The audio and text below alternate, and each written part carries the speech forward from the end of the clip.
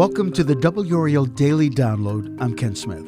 And in this episode, I'm talking about former President Jimmy Carter and his commitment to volunteerism through the eyes of a North Carolinian named Nancy Massey. Nancy had the chance to meet Mr. Carter twice, once at his Sunday school class in Georgia and once on a Habitat for Humanity mission building an apartment complex in South Korea.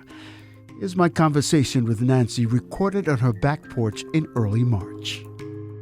So tell us about this trip to South Korea where you eventually worked with former President Carter and Mrs. Carter. Okay.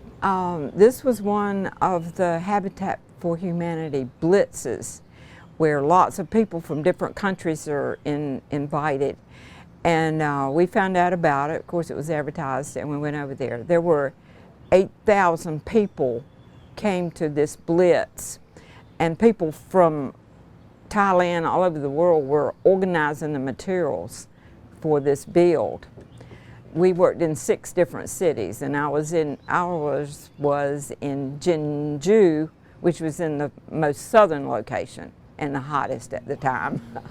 How hot was it? It was, I don't even know, but normally all of these people that go sign up do all the work, but it was so hot they brought out some 18-year-old military South Koreans to put the shingles on, do the roof.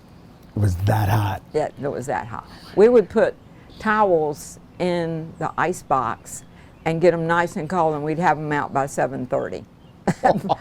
So yeah. That early? Oh yeah, we started really early. Yeah. So on the day, did you know that President Carter was going to show up? We thought he would, yeah. We were told that he was coming around to all the locations. What was that like for you, first of all, to know that he might stop by? Well, it's always an encouragement because when he shows up on the job, he actually works. And when you see an ex-president out with a hammer and saw, you know, that encourages you to put forth your best effort. On the day he arrived, what was the mood like? What was the feeling? Well, it was really very festive because all of the workers and the people in South Korea were, you know, expecting him to show up. We all had hard hats, and so we got his autograph. And Millard Fuller, the founder of Habitat, we got his autograph also. So what's it like to be on a work site and see the former leader of the free world just wielding a hammer, nail, and just like the rest of us? Well, it's an experience I never thought I'd see and probably will never see again, for sure. And it's just very encouraging, very enlightening. You know how sincere he is if he comes out in the, you know, just excruciating heat. And these apartments that we built were in a rice paddy. The bus would bring us to the edge of the field, and then we would walk up to the rice paddy. And he came in on a van, and I think flew down by helicopter. Because some of these locations were all the way up at the demilitarized zone, DMZ. As far north as that, and then of course the one we worked on was further south. So what was he like? Oh, he was, I didn't really, you know, get to know him on that particular job, but I traveled to Plains, Georgia, and attended his Sunday school class, his Bible class. And my co-worker and I, Pat Dunn, we got to sit on the front row, and he was very comical. And of course it was quite an experience going through the all the security he had at that time, and that was after he was the no longer the president and getting a little more in age. Yeah. So tell me about that Sunday school class. Oh, it was amazing. When he first started, there was a lot of chaos there, and so he got the principal or one of the teachers that taught his boys in school to come and organize this church service. And she was just all over the place. She would tell you how to act, what to say, what, you know, state you're from, what country you're from. And if you're going to have your picture made, with Jimmy Carter, you had to stay for the church service after this Sunday school class. And she would say, okay, now the women stand beside Jimmy Carter and the men stand beside Rosalynn. And do not ask them what they're having for lunch. Do not ask them if you can take them out to lunch or if you can have lunch with them. She was a real a comedian, and he really kind of played off of that. More of my conversation about former President Jimmy Carter after the break.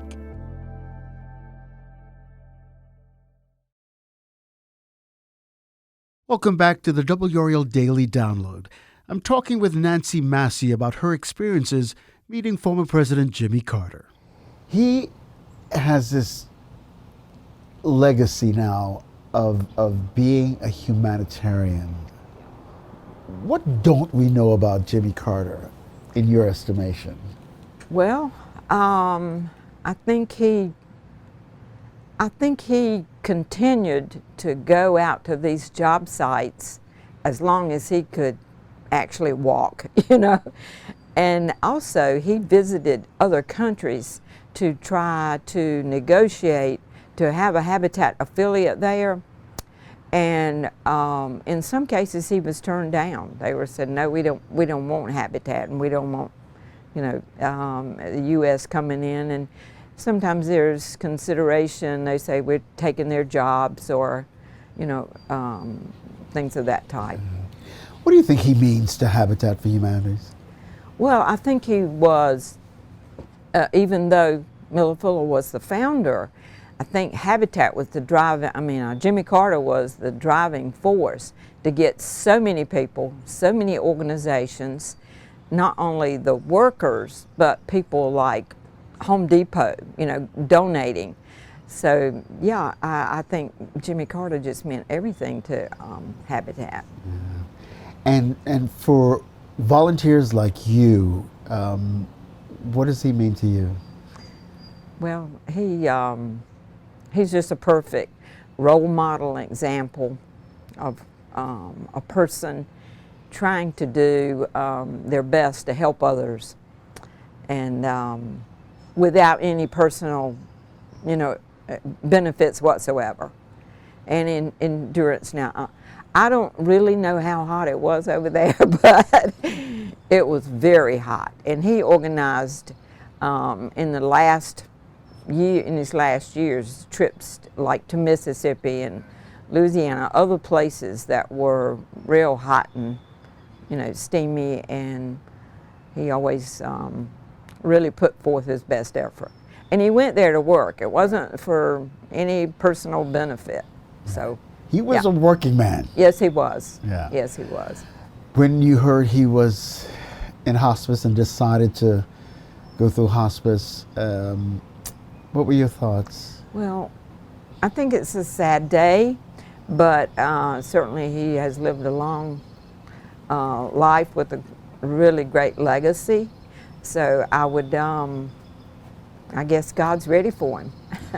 Yeah. What would you remember most about? What would you remember most about that day in South Korea when he came? Just the fact that he got down on the level with the workers there, and actually helped us work, you know, with the hammer and the saw, and yeah.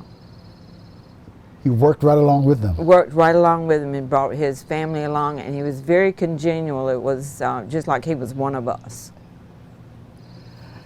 What are we going to lose as a country when he passes?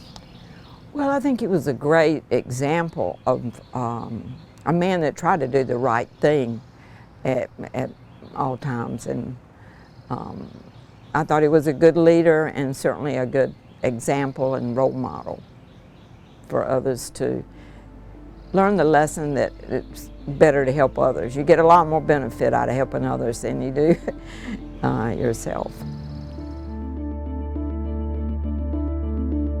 Thanks for listening to the WRAL Daily Download. Another great way to get WRAL news is the Morning Briefing newsletter. It's a daily email that's waiting in your inbox every morning with Triangle news, events, and headlines to get you ready for the day. Sign up at WRAL.com/newsletter. Leave a comment and share this video with your friends. With daily uploads, there will always be a conversation.